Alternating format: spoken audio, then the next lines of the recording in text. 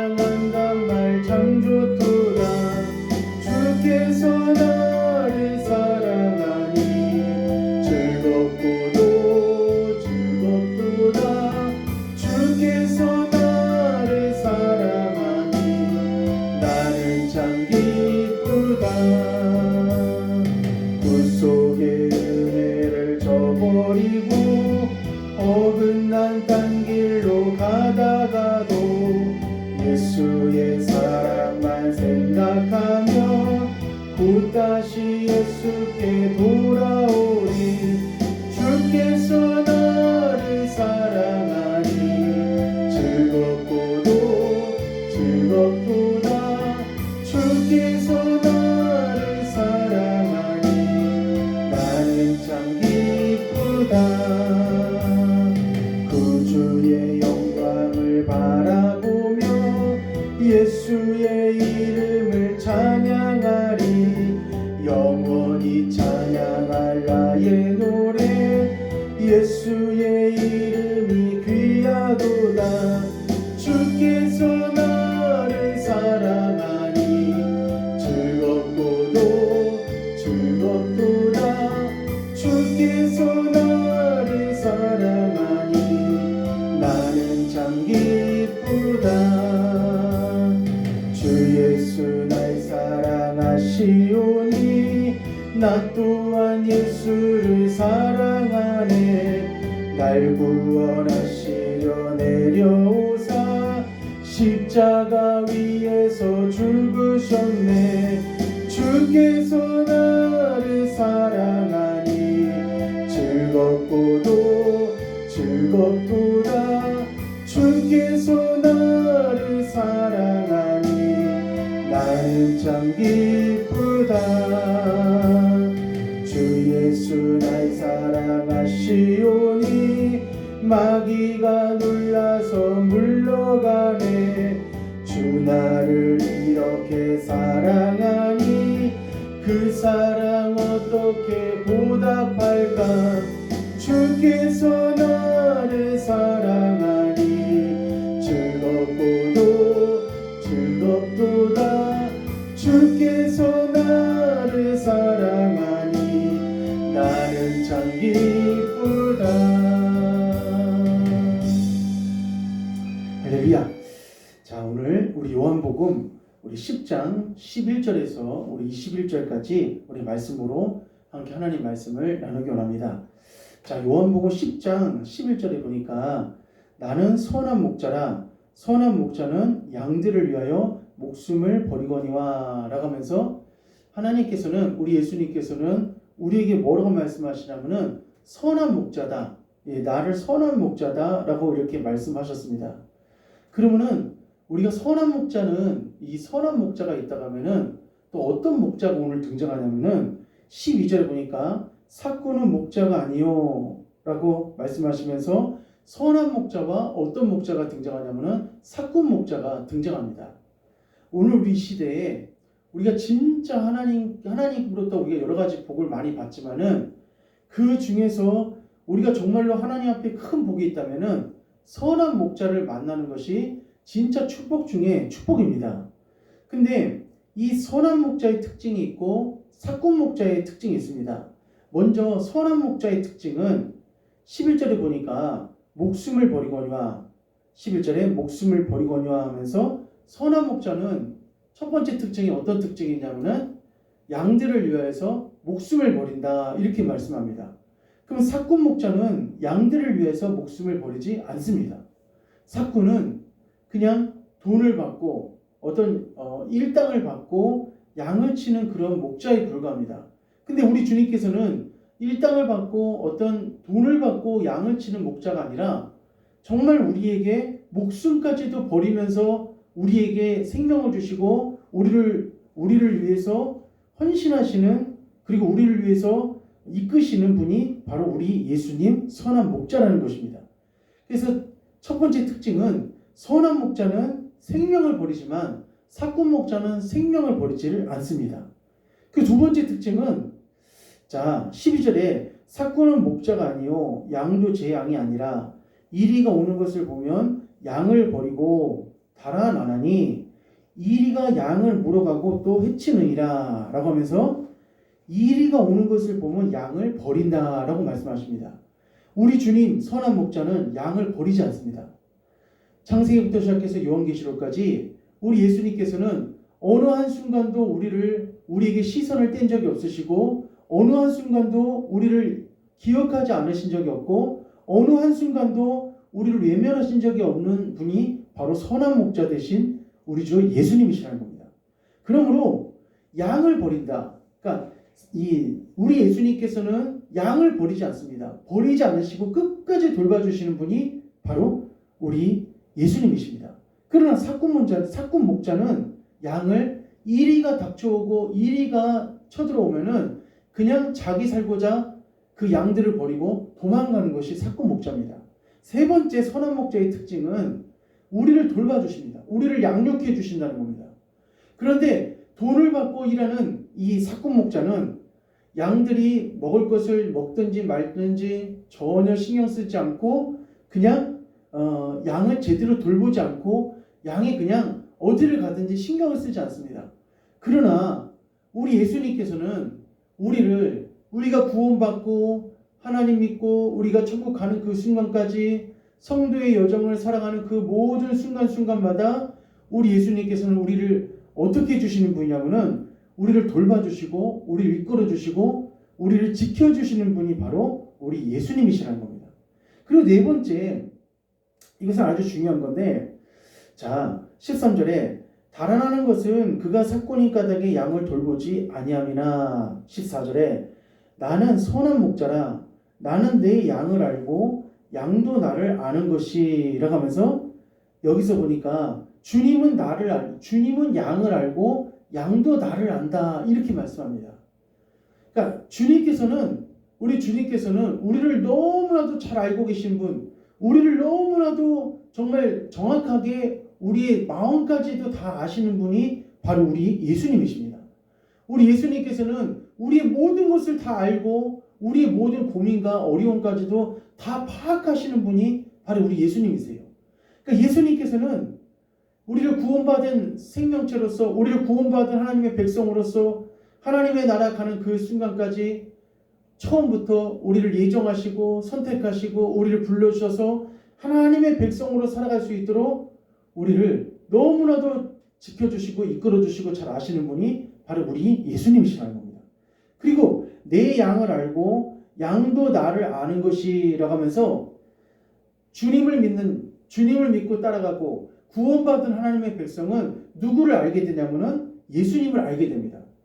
예수님이 구원자시고 예수님이 참 지도자시고 예수님이 참된 영생의 근원이 되신다는 것을 양들은 예수님을 알게 되는 거예요. 자, 그러므로 이것이 네 번째 특징입니다. 그러나 사꾼 목자는 양을 모르고 또 양도 사꾼 목자를 모릅니다. 왜냐하면 진정으로 양을 돌보고 진정으로 그 양들을 위해서 헌신하지 않기 때문에 양들도 그들을 따르지 않는 것이죠. 제가 요즘에 읽었던 책 가운데 이 파인애플 스토리라는 그 책이 있습니다. 근데 그 파인애플 스토리라는 책에 보면은 한 선교사가 아프리카 우지에 가서 사역을 합니다. 그의 부인은 또 역시 병원을 운영하면서 그 선교사님과 그리고 아내와 함께 선교 사역을 감당하는 아주 귀한 부부입니다. 근데 정말 우리가 아프리카에서 그런 선교 사역을 감당한다는 것이 얼마나 그것은 귀한 일인지 모릅니다. 그런데 그 책 내용에 보니까 이 선교사님이 선교 사역을 감당하시다가 어느 날 그 아프리카에서는 채소가 귀하고 과일이 귀합니다. 그래서 자기가 있었던 소속되었던 선교부에다가 부탁을 해서 파인애플 묘목을 많이 사왔습니다. 많이 사와갖고 그것을 원주민들한테 심어줄 것에 대해서 대신 그냥 공짜로 심어주는 것이 아니라 어느 정도 임금을 지불하고 삭스를 지불해서 그 파인애플을 심어달라고 얘기를 했습니다. 근데 이 파인애플을 심고 난 다음에 바로 열매를 따먹을 수 있는 것이 아니라 몇 년을 기다려야 되냐면은 3년을 기다려야 됩니다. 3년을. 그래서 3년의 시간이 흘러서 결국 그 파인애플이 이제 먹을 때쯤이 됐어요. 근데 파인애플이 먹을 때쯤 돼갖고 이제 선교사는 부푼 꿈을 안고 아프리카에서 싱싱한 과일도 제대로 못 먹었었는데 이제 3년 만에 먹는 그 파인애플을 먹을 수 있겠다 생각을 해서 이제 파인애플을 따 먹으려고 하는데 세상에 그 넓은 밭에 파인애플은 하나도 없을 정도로 다 없어진 거예요. 그러니까 파인애플이 싹 없어졌습니다. 근데 왜 파인애플이 없어졌을까 추적을 하고 그리고 범인이 누군지 막 알아내고 하다가 동네 사람들 그 원주민들한테 물어보고 막 그렇게 하다가 결국은 그 파인애플을 훔쳐간 사람, 그 파인애플을 가져간 사람이 누구냐면은 자기 그 파인애플을 심어준 일꾼들이었습니다. 일꾼들이 그 파인애플을 가져간 거예요. 그래서 그 파인애플을 가져가서 이제 자기들이 다 먹은 거예요. 그래서 그 원주민에게 선교사는 화가 났습니다. 너무 화가 나갖고 아니 지금 이 밭에 있는 파인애플들은 다 내 건데 왜 당신이 다 먹느냐. 그랬더니 우리 원주민의 법에는 내가 심은 거는 내가 먹는 겁니다. 이렇게 얘기를 하는 거예요. 내가 심은 건 내가 먹는 겁니다. 내가 이 묘목을 가져왔고 이 땅은 다 내 것이고 그리고 이 묘목을 심을 때 돈을 지불했기 때문에 이것은 내 거다 하면서 선교사님하고 그 원주민하고 옥신각신하는 거예요. 그래서 더 이상 따먹지 말아라. 더 이상 이 파인애플을 건드리지 말아라 라고 하면서 얘기를 했어요. 그리고 이제 또 시간이 지나서 파인애플이 또 열릴 때쯤 돼갖고 이제는 안 따먹었겠지 생각을 하고 이제 부푼 꿈을 안고 파인애플을 먹으려고 하는데 원주민이 또 따먹은 거예요. 다 따먹은 거예요. 그래서 이 선교사님이 화가 났어요. 또 자기 부인한테도 얘기를 해서 같이 둘이 화가 났습니다. 그래서 이 파인애플을 몰래 훔쳐가고 이렇게 따먹는 것에 대해서 내가 수차례 이야기를 하고 따먹지 말 것에 대해서 이야기를 했는데 왜 자꾸 따먹느냐. 자꾸 따먹으면 이게 자꾸 한 번만 더 따먹으면은 이 상점을 닫아버리고 병원도 닫겠다 라고 하면서 엄포를 놓은 거예요. 그래서 결국은 그 사람들은 그 버릇을 고치지 못하고 계속 파인애플을 따먹습니다. 근데 결국은 상점도 닫고 병원 문도 닫았어요.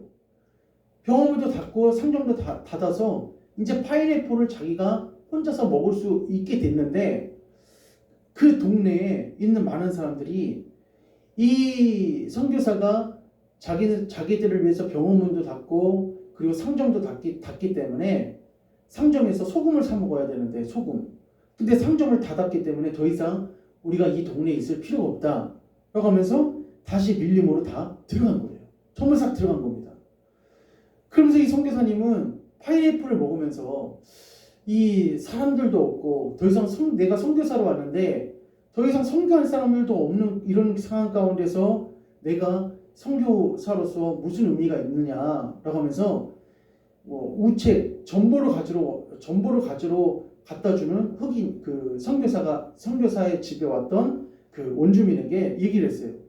내일부터 상점도 열고 병원 문도 열 거니까 다시 못 오러 가세요. 그러는 거예요. 그래서 결국은 모든 사람이 다 다시 왔어요.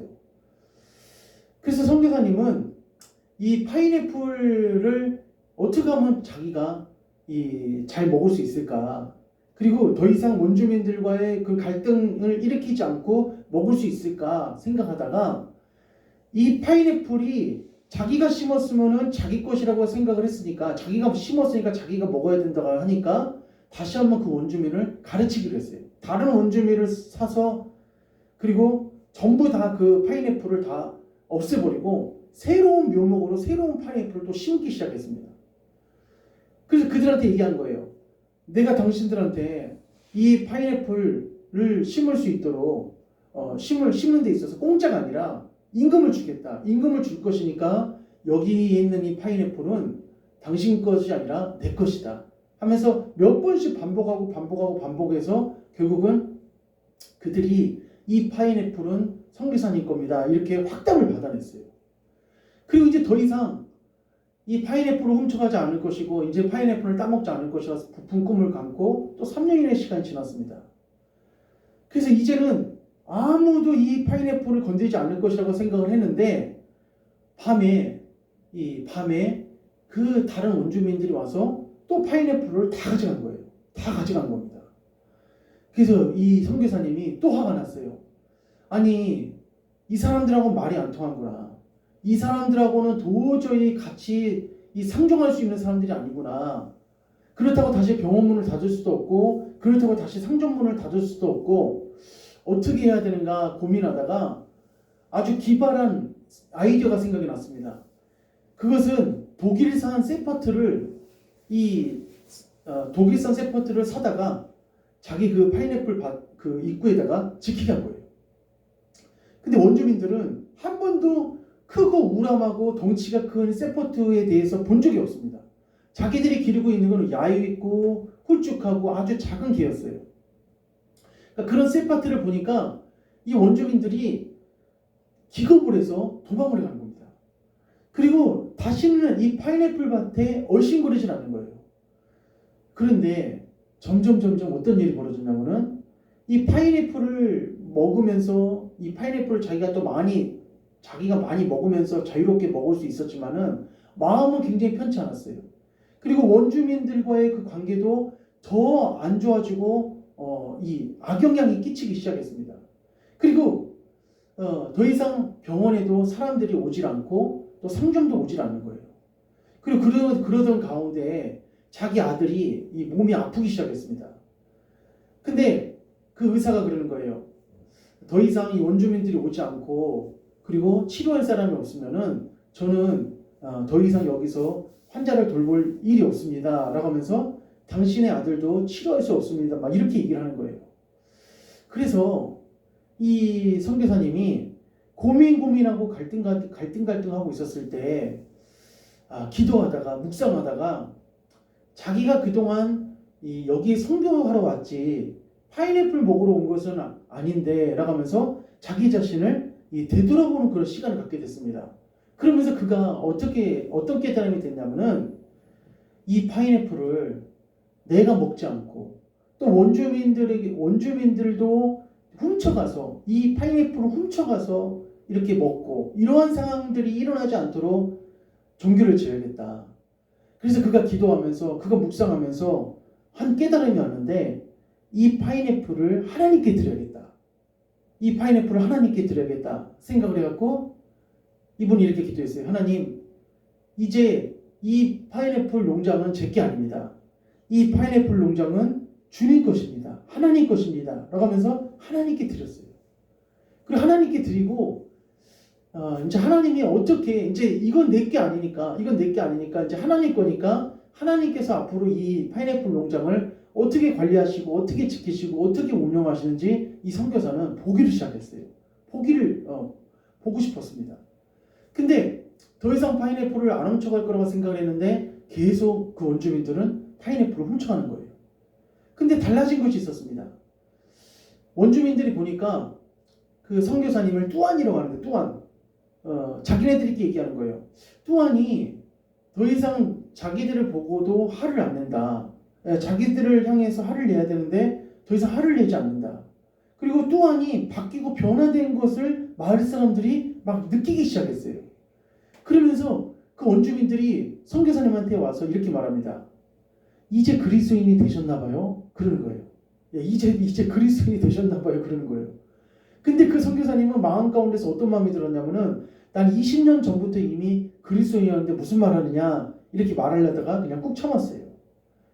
근데 평상시에 선교사님은 우리들에게 사랑하라고 했고 친절하라고 했고 우리들을 위해서 서로 섬기라고 했지만은 그동안 선교사님이 보여줬던 그 행동들은 화를 내고 자기 파인애플을 지키기 위해서 막 단속을 하고 강아지를 세포트를 갖다가 묶어놓고 그러한 것들에 대해서 원주민들은 그 선교사님의 진정성을 느끼지 못했었는데 이제 선교사님이 변한 것을 감지하고 느낀 겁니다.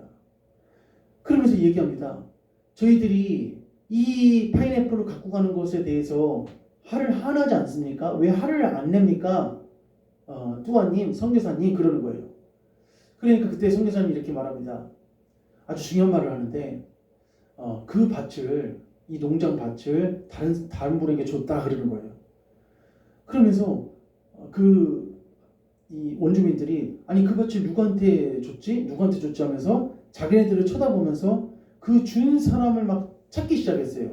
근데 찾을 필요 없습니다. 그 밭을 누구한테 드렸냐면은 하나님께 드렸습니다. 그러니까 원주민이 깜짝 놀라서 아니 그 밭을 하나님께 드렸다고요? 그러면서 깜짝 놀라는 거예요. 그래서 자기 마을에 돌아가서 그 파인애플 밭을 하나님께 드렸대라는 거예요. 하나님께. 그럼 우리가 그동안 누구 거를 훔쳐 먹었냐면은 하나님 거를 훔쳐 먹었다고 하면서 동네가 난리가 난 거예요. 그래서 짐승을 사냥해도 짐승의 사냥이 잘 안 되고 애가 계속 아프고 그리고 계속 여러 가지 일을 해도 일이 잘 안 되고 그러던 이유가 우리가 하나님 것을 그동안 훔쳐 먹었기 때문에 우리 이 불악에서 이런 안 좋은 일들이 벌어졌구나 하면서 그들이 깨닫기 시작한 거예요. 그래서 결국은 이 원주민들은 누구를 무서워했냐면은 하나님을 무서워했습니다. 하나님을 무서워해서 다시 선교사님한테 와서 이렇게 말합니다. 선교사님, 하나님께 그 밭을 다시 달라고 하세요. 그러는 거예요. 왜냐하면은 하나님 것을 더 이상 훔쳐먹는, 하나님 것을 더 이상 갖고 가는 것을 원치 않기 때문에 선교사님 그 밭을 다시 하나님께 달라고 하세요. 그 얘기를 하는 거예요. 아니다. 그 밭을 이제 하나님께 드렸기 때문에 내가 다시 달려갈 수 없다 그러는 거예요. 근데 그 말한 순간부터 놀라운 일이 벌어졌습니다. 밤이 되고 깜깜한 밤이 되고 또 그 다음날 아침이 되고 됐어도 그 밭에 있는 파인애플이 그대로 달려있는 거예요. 하나도 누구 따는 사람이 없이 그대로 달려있는 거예요. 그러면서 원주민들이 와서 얘기합니다. 선교사님, 저 파인애플이 다 익었습니다. 지금 따지 않으면은 이제 더 상해서 못 먹습니다. 하면서 지금 따야 됩니다 하면서 이제 그들이 선교사님한테 그 파인애플을 딸 것에 대해서 막 얘기를 하는 거예요. 그래서 선교사님이 그러면 우리 파인애플을 딸까 하면서 그 파인애플 밭에 가서 많이 따와갖고 자기도 먹고 그 딴 거를 또 그 원주민한테도 주면서 집으로 갖고 가게 했어요. 그러면서 이제는 어떤 일이 벌어졌냐면은 파인애플 밭을 가지고 원주민과 선교사가 같이 그 밭에 있는 파인애플을 같이 나누어서 먹고 또 서로 섬기고 서로 도와주고 서로 함께하는 그런 일이 그 아프리카 선교사님을 통해서 일어났다는 것입니다. 근데 저는 그 책을 읽으면서 우리가 선교 보고라든지 선교 사역에 대해서 긍정적인 거, 좋은 일, 그리고 잘된 일, 자랑할 일만 보고하는데 그 책을 만들어서 자기의 허물과 자기의 잘못된 것들과 자기의 실수들을 다 얘기를 하면서 그리고 마지막에는 하나님께서 이 원주민들과 자기의 사역 가운데서 변화된 사건을 얘기해 주는 것에 대해서 그 책에 기록을 했다는 겁니다. 그래서 저는 참 많은 감동을 받고 그리고 어떤 것이 진짜 선한 목자인지 왜냐하면 그 선교사는 진짜 처음에 초신가 그리고 선교사님이 그 원주민들에게 가서 그들의 영혼을 불쌍히 여기고 긍휼히 여기고 그 영혼들을 구원해야겠다는 그런 생각들과 마음을 잊어버리고 어디에 꽂혔냐면은 파인애플에 꽂혀 있었다는 겁니다. 오늘 우리도 이 시대도 우리가 하나님 말씀을 우리가 묵상하고 하나님 말씀을 따라가는 우리 모든 성도님들이 우리는 어떤 목자로서 또 누구를 바라보면서 또 우리의 삶 가운데 우리는 어떻게 주님의 사랑을 나타내야 되냐면은 요한복음 10장 11절에 있는 말씀처럼 나는 선한 목자라 선한 목자는 양들을 위하여 목숨을 버리거니와 라고 하면서 양들을 위하여서 목숨을 버릴 수 있고 양들을 위하여서 사랑을 줄 수 있는 그런 선한 목자로서의 삶을 우리가 살아나간다면은 정말 주변과 그리고 예수 믿지 않는 사람들과 또 우리의 삶 가운데 많은 영혼들이 주님을 찾고 하나님을 믿고 하나님을 섬기는 그런 놀라운 역사가 일어난다는 것을 우리 성도님들이 믿으시고 선한 목자와 사꾼 목자의 5가지 차이점을 우리가 잊어버려서는 안 됩니다. 첫 번째는 선한 목자는 생명을 바치지만은 사꾼 목자는 도망갑니다. 이리가 오면 도망가 버려요. 또 선한 목자는 양을 버리지 않지만은 사꾼 목자는 양을 버립니다. 그리고 세 번째, 우리 예수님께서는 선한 목자는 양들을 양육해 주시고 양들을 돌봐주시고 양들을 성장시켜 주시지만은 사꾼 목자는 양이 크든 말든 양이 아프든 양이 어떻게 되든 관심 갖지 않는 것이 사꾼 목자입니다. 그리고 네 번째, 우리 선한 목자 우리 주님께서는 양을 너무나도 잘 압니다. 또 양도 우리 주님을 너무나도 잘 알아요. 그렇지만은 사꾼 목자는 양도 모르고 양도 사꾼 목자를 모릅니다. 그리고 마지막으로 16절에 보니까 16절에 또 이 우리에 들지 아니한 다른 양들이 내게 있어 내가 인도해야 할 터이니 그들로 네 음성을 듣고 한 무리가 되어 한 목자에게 있으리라. 아멘. 또 이 우리에 들지 아니한 다른 양들. 자, 선한 목자는 우리에다가 안전하게 지켜주고 우리에다가 안전하게 보호해 주지만은 사꾼 목자는 우리에다가 보호하지 않습니다. 방목하면서 한 마리, 두 마리, 세 마리 일일이 다 세아리면서 다 모든 양들이 잘 우리 안에 들어왔는가 확인하지도 않고 그냥 대충 양들이 들어왔다고 판단하고 우리를 가둬버리고 끝내버립니다. 근데 이 우리라는 것은 바로 예수님 아닙니다. 우리 교회 아니에요. 하나님 말씀 아닙니다. 그러니까 우리 선한 목자 대신 우리 예수님께서는 우리가 사단이나 또 귀신이나 마귀나 이 세상의 여러 가지 이 악한 것들에서 우리를 이 하나님의 품 안에서 말씀 안의 품 안에서 우리를 지켜주시고 보호해 주신 분이 우리 예수님이시라는 겁니다. 그러므로 우리 이번 한 주도 살아가실 때 우리 사랑하는 성도님들, 우리 선한 목자 되신 우리 예수님처럼 우리도 이 선한 목자의 그 길을 걸어가시고 또 나에게 맡겨주신 그 양들을 우리도 역시 선한 목자와 같이 그런 중심으로 마음으로 한다면은 우리 목장과 또 우리의 삶과 우리의 가정이 놀랍게 하나님의 은혜로 축복받는 역사가 일어날 줄 믿습니다. 주님의 이름으로 힘내시기를 간절히 축원합니다. 자, 우리 찬양하면서